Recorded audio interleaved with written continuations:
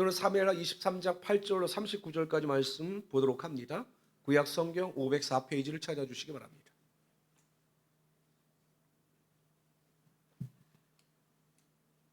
구약 성경 504페이지 사무엘하 23장 8절로 39절까지 말씀이 되겠습니다.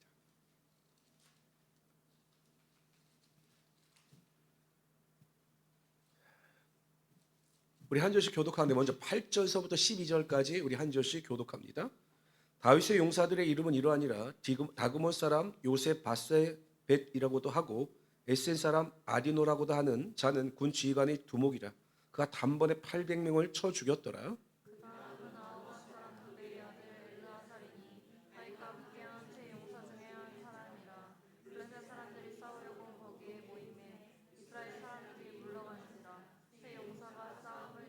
그가 나아가서 손이 피곤하여 그의 손이 칼에 붓기까지 블레셋 사람을 치니라. 그날에 여호와께서 크게 이기게 하셨으므로 백성들은 돌아와 그의 뒤를 따라가며 노력할 뿐이었더라.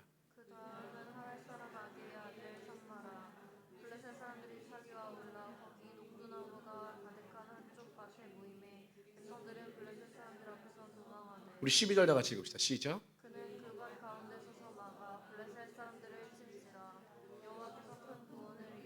아멘.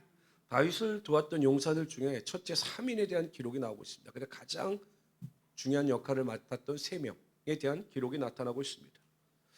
이 사무엘하를 기록한 저자는 위대한 다윗과 위대한 이스라엘이 될 수 있었던 이유는 다윗 혼자만의 능력이나 힘이 아니라 그 다윗을 도왔던 그 조력자들의 도움도 있었기 때문에 가능하다는 사실을 오늘 본문을 통해서 강조하고 있는 겁니다. 그런데 이 세 용사들, 오늘 저와 여러분이 8절부터 12절까지 나온 이 세 용사들이 큰 승리를 거두고 큰 성공을 거둘 수 있었던 이유가 어디에서 비롯되었는가를 분명히 밝히고 있습니다. 이들에게 지혜도 있고 능력도 있지만 이들이 큰 승리를 거둘 수 있었던 그 원동력은 하나님께로부터 비롯되었음을 강조하고 있는 겁니다. 10절 다시 한번 읽어봅시다. 10절 읽습니다. 시작. 그가 나가서 손이 피곤하여 그의 손이 칼에 붓기까지 블레셋 사람을 치니라. 그날에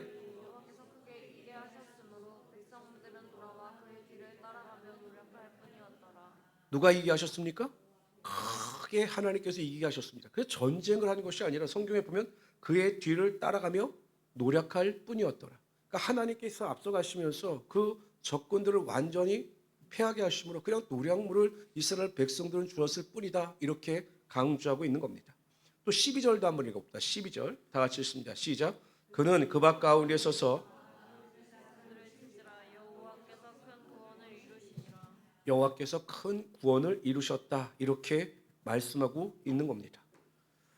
결국 그들의 큰 능력이 큰 승리가 하나님께로부터 비롯되었음을 강조하고 있는 거죠.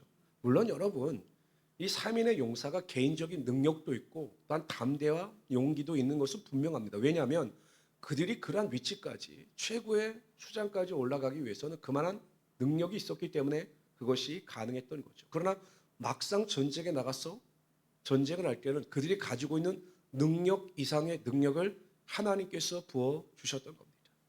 하나님께서 그들과 함께하여 주셨고 그들에게 능력을 부어주사 능치 못할 리 없게 하시며 큰 승리를 거두게 하여 주셨던 거죠. 시편 121편 1절 3절에 보면 내가 산을 향하여 눈을 들리라. 나의 도움이 어디서 올고 나의 도움은 천지를 지으신 여호와에게서로다. 여호와께서 너를 실족하지 아니하게 하시며 너를 지키시는 이가 졸지 아니하시리로다.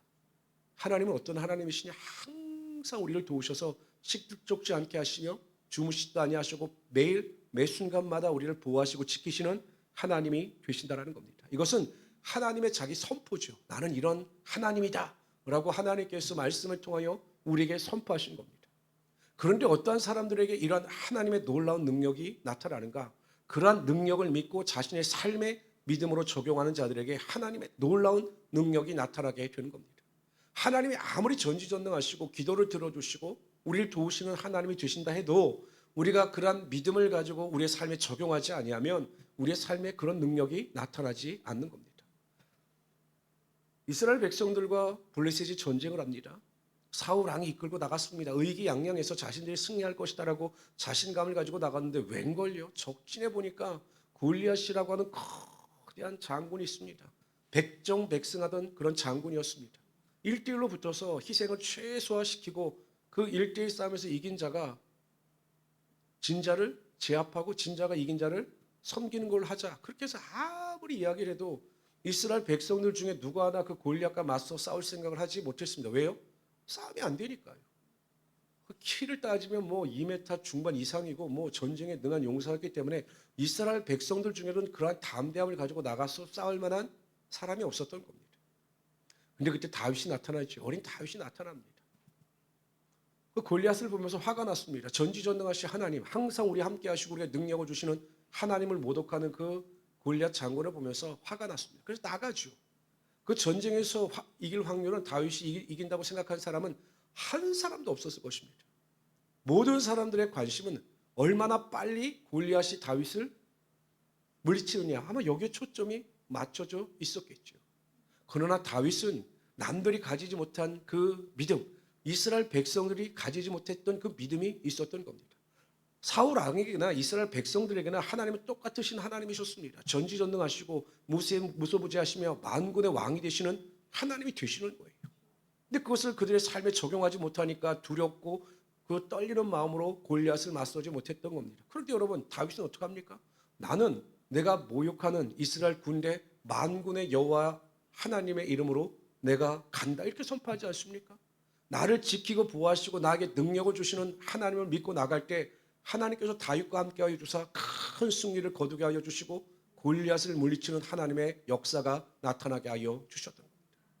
여러분, 기드온과 300용사가 미디안 군사와 전쟁을 합니다. 기드온의 용사의 숫자는 300명이었고 미디안의 군사의 숫자는 계산해 보면 13만 5천 명입니다. 몇 배 차이가 나는지 아십니까? 300대 13만 5천이면 450배의 전력 차이가 납니다. 이건 싸움이 안 되는 거죠. 배 이상의 차이가 나도 전쟁에서 이길 확률이 크지 않은데 450배의 차이가 나는데 그 전쟁에서 이길 수 있다라고 하는 확신을 가지는 사람은 없었어요. 그러나 기드온은 하나님께서 여러 가지 모양으로 그에게 보여주셨고 믿음을 주셨기 때문에 자신들이 패할 것이다라고 하는 생각을 눈꼽만치도 하지 않았습니다. 자신들은 비록 300명이지만 하나님께서 자신들과 함께하여 주실 때 자신들이 반드시 큰 승리를 거둘 수 있을 것이다라고 하는 믿음을 가지고 나아갈 때 하나님께서 그들과 함께하여 주사 13만 5천 명의 거대한 군대를 물리칠 수 있게 하여 주셨던 겁니다. 결국 우리가 하나님을 인정하고 하나님의 능력 가운데 거하게 되면 반드시 하나님의 역사와 능력이 나타나게 하여 주십니다. 오늘 이 사람 벤 카슨이라고 하는 사람입니다. 혹시 여러분들이 이 벤 카슨을 들어보신 분이 계신가요? 이 벤 카슨은요, 아주 유명한 의사입니다. 이 디트로이트 출신입니다. 그런데 이 벤 카슨의 부모가 아주 어렸을 때 이혼을 했습니다. 더 큰 불행은 이 벤 카슨의 어머니는 문맹자였습니다. 글을 모르는 사람이었습니다. 아주 일자무식에 정말 배운 것이 없는 정말 가난한 여인이었습니다. 그런데 이 벤 카슨의 어머니에게는 아주 훌륭한 믿음이 있었습니다. 자신이 글을 읽지도 못하고 삶이 어려웠지만 그래도 하나님에 대한 믿음이 있었습니다. 근데 여러분, 이 벤 카슨이 어렸을 때 제대로 교육을 받지 못하니까 학교에서 항상 꼴찌했습니다. 그래서 학생들이 벤 카슨을 바보라고 놀렸습니다. 그런데 유일한 한 사람, 이 벤 카슨을 바보라고 인정하지 않는 한 사람이 누구였냐면 그의 어머니였습니다. 항상 이 벤 카슨을 볼 때마다 그 어머니 이야기합니다. 카슨, 하나님이 너와 함께 하시고 하나님이 너를 도와주시면 너는 반드시 하나님이 사용하시는 큰 그릇이 될 수 있어 라고 매일 그 아들에게 그렇게 이야기를 했습니다. 모르는 사람들이 볼 때는 말도 안 되는 소리죠. 매일 반에서 바보라고 놀림을 받고 꼴찌라던 애가 어떻게 그렇게 성공할 수 있을까? 그런데 그 어머니의 그 말씀, 하나님께서 너와 함께 하시면 반드시 하나님께서 너를 위해서 큰 일을 행하실 거야 라고 하는 그 말씀이 그 마음판에 새겨졌습니다. 언제부턴가 이 벤 카슨이 공부에 취미를 붙이기 시작합니다. 최선과 열심을 다하여 하나님께서 나와 함께 하시고 지혜를 주신다라고 하는 믿음을 가지고 공부합니다. 그래서 마침내 예일대학교 의예과에 들어갑니다. 그런데 이 벤 카슨이 이름을 날리게 된 한 사건이 있습니다. 1987년도에 그 샴쌍둥이, 그 머리가 붙어 있는 샴쌍둥이 수술하는데 모든 사람들이 둘 다 죽으니까 그 수술을 실행하지 말아라라고 말렸습니다. 그때 이 벤 카슨은 하나님께 기도합니다. 지금까지 나를 도와주셨고 나에게 내 능력 이상의 것을 제공하셨던 하나님, 이 불행한 두 어린 아이들을 위해서 제가 수술할 때 안전하게 두 아이의 생명이 생존할 수 있도록 저에게 능력을 주십시오라고 기도했습니다. 22시간 동안 수술했습니다. 그리고 마침내 모든 사람들이 불가능할 것이다라고 하는 이 수술이 성공적으로 마치게 됩니다. 그때부터 이 백카슨에게는 신의 손이라고 하는 별명이 붙게 되었죠. 나중에는 공직사회, 정치에도 입문해서 큰 족적을 남기게 됩니다. 하나님은 항상 저와 여러분을 도와주시기를 원하시는 하나님이 되십니다. 뿐만 아니라 기꺼이 우리를 도우시는 하나님이 되신다는 거예요. 항상 하나님 우리의 삶 가운데 우리를 방치하거나 외면하지 아니하시고 우리를 도우시고 우리가 생각하는 기대 이상의 능력을 우리에게 부어주셔서 모든 일을 가능케 하시는 하나님이 되신다는 거죠. 우리의 믿음의 한계가 어떤 일에 대한 결과를 결정할 때가 많습니다.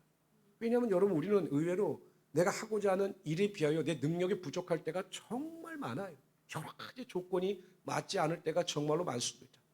그럴 때마다 사람들 실망하거나 포기하거나 우울해합니다. 그러나 여러분 꼭 기억하십시오. 항상 우리에게는 하나님이 계시다는 사실입니다. 반드시 그 하나님은 여러분들을 도와주시기를 원하신다는 거예요. 능력도 주시고 지혜도 주시고 재물도 주시고 황구의 문도 열어주사 여러분의 삶에 하나님의 능력이 나타나게 하여 주시는 겁니다. 그래서 우리 모든 성도님들은 항상 하나님께서 나를 도와주시고 나와 함께 하신다라는 믿음을 가지고 모든 일에 넉넉히 이기며 살아갈 수 있는 우리 성도들이 되시기를 주님의 이름으로 축원합니다. 우리 13절부터 39절까지 읽도록 하죠. 또 30두목 중 세 사람이 곡식 뺄 때 아돌람 굴에 내려가 다윗에게 나아갔는데 때 블레셋 사람의 한 무리가 르바임 골짜기에 진쳤더라.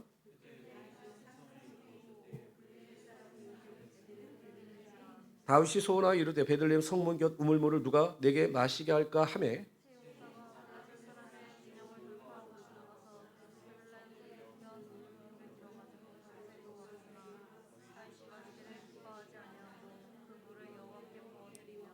이르되 여호와여 내가 나를 위하여 결단코 이런 일을 하지 아니하리이다. 이는 목숨을 걸고 갔던 사람들의 피가 아니니까 하고 마시기를 즐겨하지 아니하니라. 새 용사가 이런 일을 행하였더라.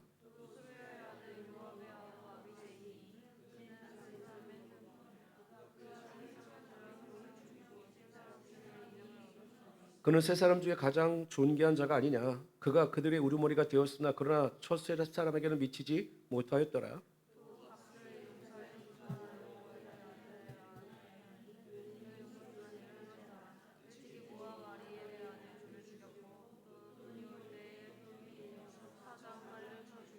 또 장대한 애굽 사람을 죽였는데 그의 손에 창이 있어도 그가 막대기를 가지고 내려가 그 애굽 사람의 손에서 창을 빼앗아 그 창으로 그를 죽였더라.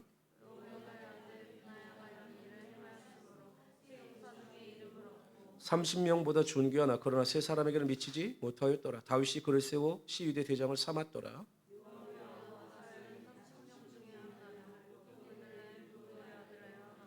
하룻 사람 사묵과 하룻 사람 엘리가 와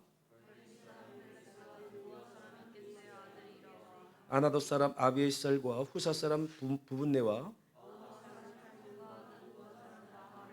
느도바 사람 바하나의 아들 헬렉과 베냐민 자손에 속한 기브아 사람 리베스 아들 이때와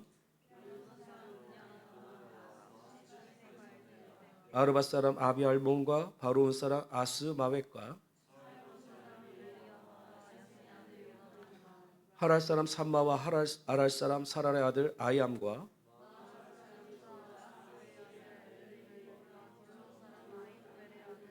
갈멜 사람 헤스레와 아랍 사람 바하레와 암몬 사람 셀렉과 수레 아들 요압의 무기를 잡은 자 부에롯 사람 나하레와 우리 39절 다 같이 읽읍시다. 읽습니다. 시작. 나머지 용사에 대한 기록이 쫙 나옵니다. 그러면서 특이한 사건 하나, 아주 특별한 그 에피소드 하나를 말하고 있습니다. 그것은 다름이 아니라 그 다윗이 아둘람구에 진을 치고 있을 때 아마 갈증을 느꼈던 것으로 보여요. 굉장히 갈증을 느꼈던 것으로 보입니다. 그래서 그냥 들릴 듯 말 듯 그 목소리를 이야기하는 겁니다. 여러분 그 베들레헴이 그 다윗의 고향이잖아요. 그러니까 예전에 자신의 고향 그 베들레헴 우물에서 마셨던 그 시원한 물에 대한 그 마음이 있었던 것 같아요. 지나가는 말로 내가 베들레헴에 있는 그 우물가에 있는 그 물을 마셨으면 좋겠다. 이렇게 독백적 같이 이야기를 한 것으로 보입니다.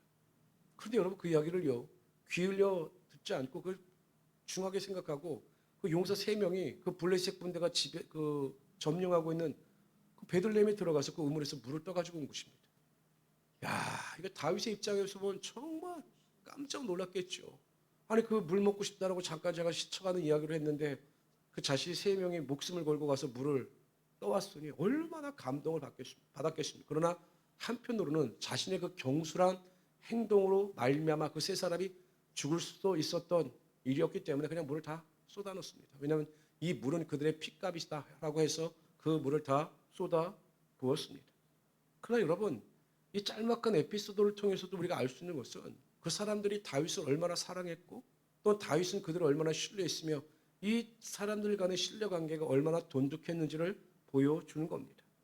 그렇게 돈독한 신뢰 관계가 있었기 때문에 이들이 흐트러지지 않고 다윗이 위기를 당할 때마다 함께했고 그들의 견고함이 결국 위대한 이스라엘을 세울 수가 있었던 거죠. 하나님께서 기뻐하시는 교회, 우리가 이 몸으로서의 교회도요. 항상 성도나 목회자 간의 신뢰 위에 교회가 세워져야 교회가 견고히 유지해 나갈 수 있게 되는 겁니다.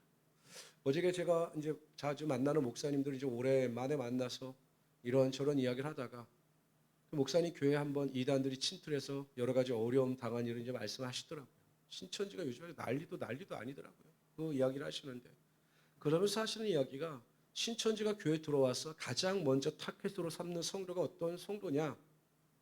교회에 대해서 원망과 불평을 하고 있는 성도들을 그렇게 타겟으로 삼는다라는 거죠. 이렇게 보면 그냥 불평과 불만이 제일 많은 사람들을 붙잡고 또 여러 가지 교회에 대한 부정적인 이야기를 하면 그 사람들끼리 모여서 결국 그 교회가 무너지고 만다라는 겁니다. 어찌 보면 그 목회자와 성도들 간의 신뢰가 없고 성도들 간에 또한 서로 간의 신뢰가 없기 때문에 어찌 보면 그렇게 이단들에게 쉽게 넘어가고 마는 거죠. 저도 그런 좋지 않은 기억이 하나 있습니다. 예전에 저희 교단을 WCC에 속했다라고 비방하는 한 교단이 있었습니다. 개인적인 악감정을 가지고. 여러분 WCC의 핵심은 종교다원주의입니다. 종교다원주의 핵심은 모든 종교의 구원이 있다 이렇게 주장하는 것이거든요. 근데 여러분 제가 언제 모든 종교의 구원이 있다 이렇게 이야기합니까? 오직 예수 그리스도 외에는 다른 이로서는 구원을 얻을 수 없다. 오직 예수 그리스도 십자가 보혈의 은혜와 능력만이 구원이 된다. 제가 항상 이렇게 여러분들에게 설교를 하지 않았습니까? 근데 그분은 저에게 막상 오셔가지고 우리 교회가 WCC에 속한 교단에 속한 교회이기 때문에 교회를 떠나가시겠다 이렇게 이야기를 하시는 거예요. 참 어이가 없었죠. 제가 그분에게 그런 말씀을 드렸습니다.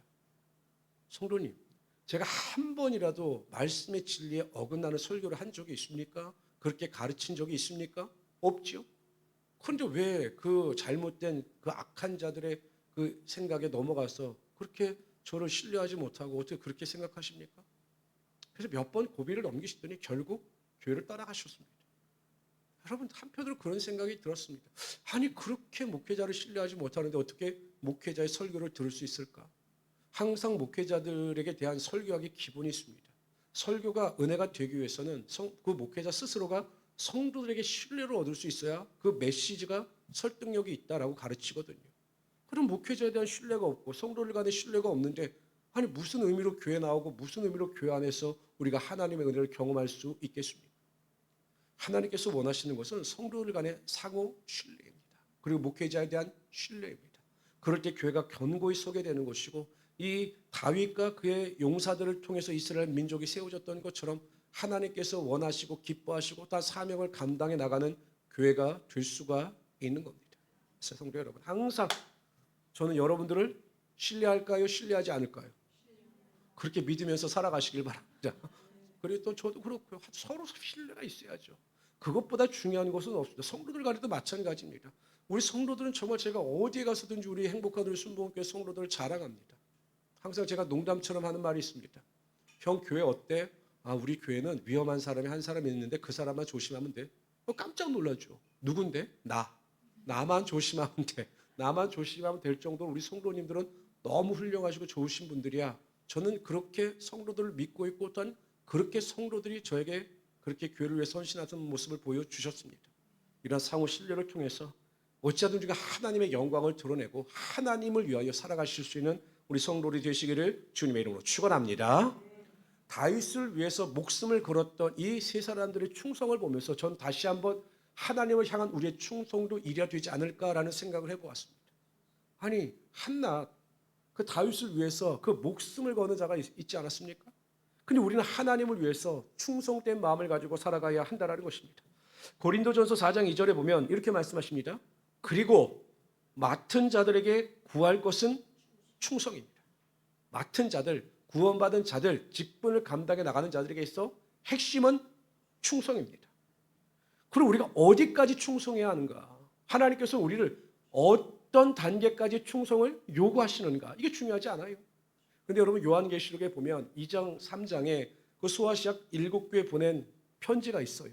거기서 칭찬을 받은 유일한 두 교회는 서바나 교회와 빌라델비아 교회입니다. 근데 그 서바나 교회는 엄청난 어려움과 환난을 당했습니다. 서바나 교회가 핍박을 당했습니다. 그럼 여러분 사도 요한이 그 서바나 교회를 위로해 줘야 되지 않겠습니까? 너희가 고난과 환난을 당하나 이제 너희들에게 평안이 있을 거야. 너희가 그렇게 하나님을 위해서 헌신했으니 너희 수고의 열매가 나타날 거야. 이렇게 편지의 내용을 써야 되는데 그 서바나 교회에 대해서요. 이 사도 요한은 전혀 우리의 생각이나 감정과는 또 다른 그런 이야기를 합니다. 다 같이 한번 읽어봅시다. 요한계시록 2장 10절입니다. 시작.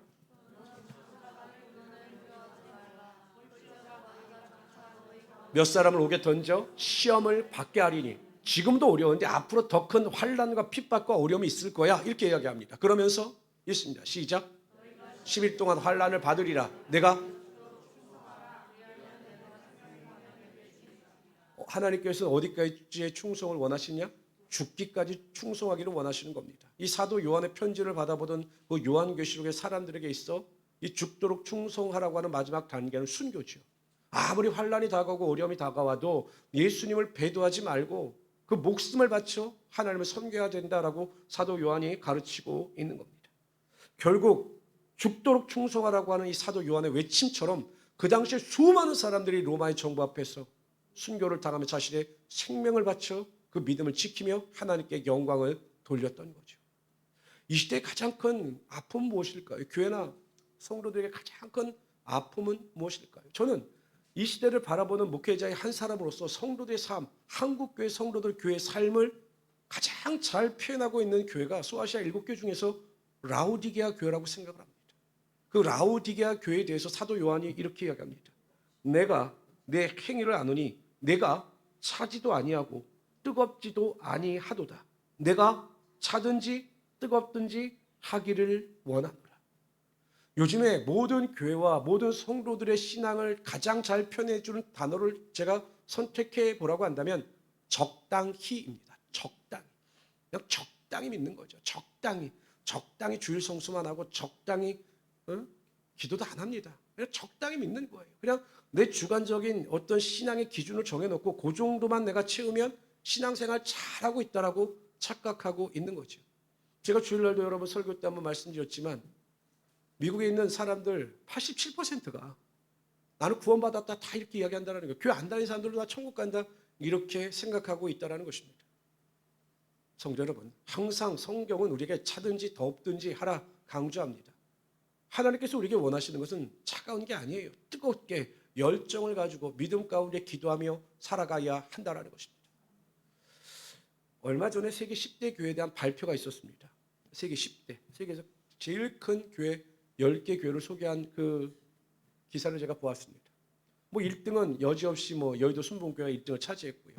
예전에 세계 10대 교회 하면 한국 교회가 5개 정도는 꼭 들어갔습니다. 근데 한국 교회 하나도 없어요. 다 어떤 교회들이 차지하고 있느냐? 인도네시아, 아프리카, 필리핀, 핍박과 억압, 그 이슬람의 핍박과 억압이 있는 그 국가에서 기독교가 부릴 듯 부흥의 능력이 나타나고 있다는 거죠. 충성된 마음을 가지고 자신의 삶을 바쳐 어떠한 고난과 핍박 앞에서도 하나님께 영광 돌리는 그들의 믿음을 보시고 하나님께서 그들에게 부흥의 능력을 허락하여 주셨던 거죠. 우리가 편하면 편할수록 오히려 더 하나님 앞에서 순교자적인 사명을 가지고 살아갈 수 있어야 합니다. 하나님께서 반드시 죽도록 충성하는 자들을 외면하지 아니하시고 그들의 삶에 합당한 하나님의 열매와 능력이 나타나게 하여 주실 거예요.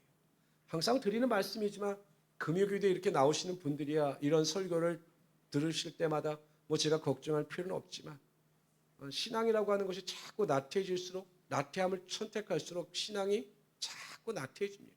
편한 것을 선택하면 선택할수록 넓은 길 넓은 문을 선택하면 삶은 편하겠지만 영적으로는 점점 쇠퇴해지는 겁니다. 항상 죽도록 충성된 마음을 가지고 그 좁은 문 좁은 길을 걸어가심으로 말미암아 십자가의 도의 은혜 가운데 살아갈 수 있는 하나님의 귀한 성도들이 되시기를 주님의 이름으로 축원합니다. 그래서 이 땅이 아니라 하나님 나라의 상급을 쌓을 수 있는 행복한 우리 순복음교회 성도 되시기를 주님의 이름으로 축원합니다. 기도합시다. 조시 하나님, 오늘도 하나님께